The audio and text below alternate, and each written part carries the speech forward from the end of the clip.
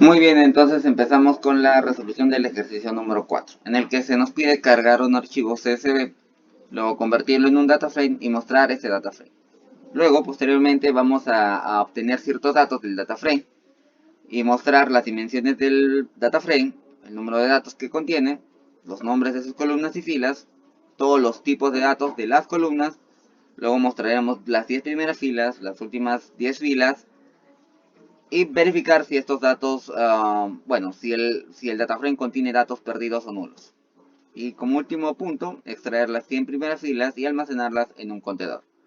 Entonces, como normalmente solemos hacer, es importamos las librerías y luego ejecutamos, en este caso, una función upload para cargar el archivo.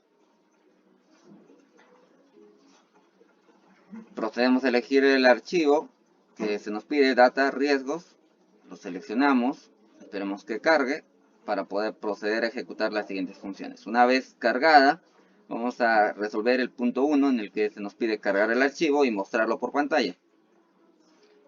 Entonces, ese es el resultado y ese es el dataframe cargado con los datos del CSV. Bueno, en este caso solo estoy mostrando 10 elementos, ¿no? Podemos imprimir todos los datos, pero he preferido mostrar solo 10. Luego, en el segundo punto se nos pide mostrar por pantalla las dimensiones del dataframe. Para eso usamos o llamamos a la función shape de dataframe y luego a través de la función print la mostramos por consola. Entonces, como podemos ver, se trata de un dataframe con 4500 filas y 10 columnas. Ahora se nos pide hallar el número de datos que contiene.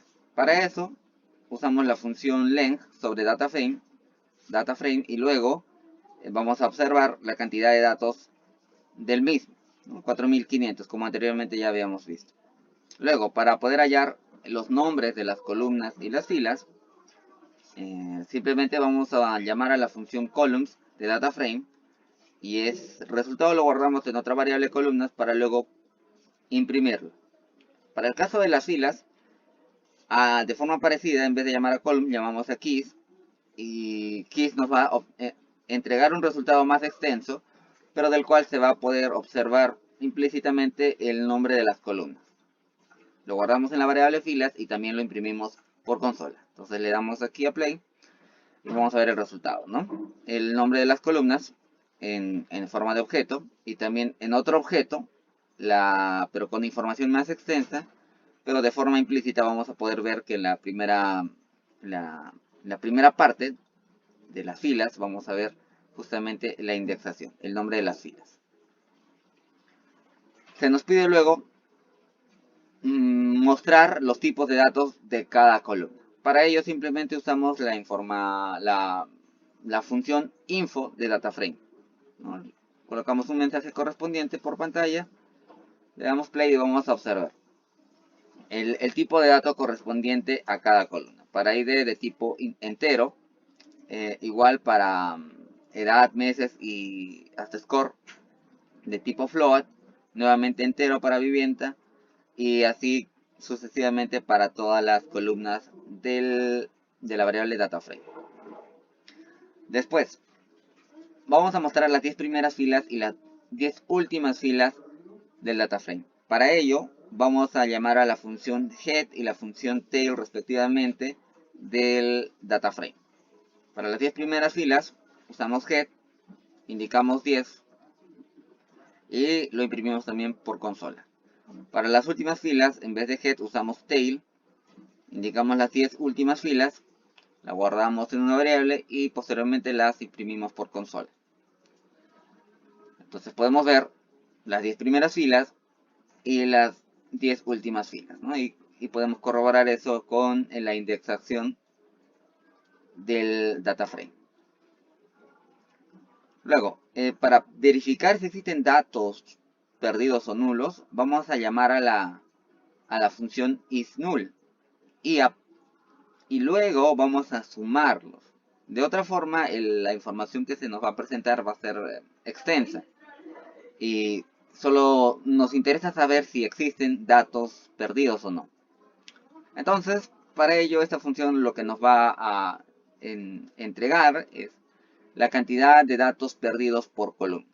La columna ID no tiene ningún dato perdido, mientras que edad tiene 13 datos perdidos, meses 6, y así vamos a ver cómo es el caso para cada columna, ¿no? Para poder saber esto también se puede obtener de forma indirecta con la función info, ¿no? Si podemos darnos cuenta, a partir de la función info también vemos que tenemos 4487 datos no nulos. Y a partir de ello nosotros podemos intuir que el resto de datos son datos nulos. Y si comparamos estos datos o tratamos de relacionarlos con los datos que hemos obtenido con la función uh, con la función de isNull de datos perdidos, nos vamos a dar cuenta que sumados vamos a obtener 4500 datos.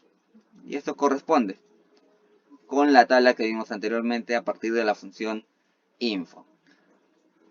Entonces, de acuerdo al punto 3 se nos pide extraer las 100 primeras filas y almacenarlas en un contenedor. Entonces, para ello aplicamos la función head de DataFrame, especificamos 100 y creamos una variable que se llame contenedor. Luego, esa variable, que corresponde a la fracción del DataFrame, de los 100 primeros elementos, los vamos a visualizar por pantalla. Entonces, aquí vemos el resultado de las 100 primeras filas, 0 hasta 99, y los datos correspondientes. Con esto estaríamos terminando la explicación del ejercicio número 4.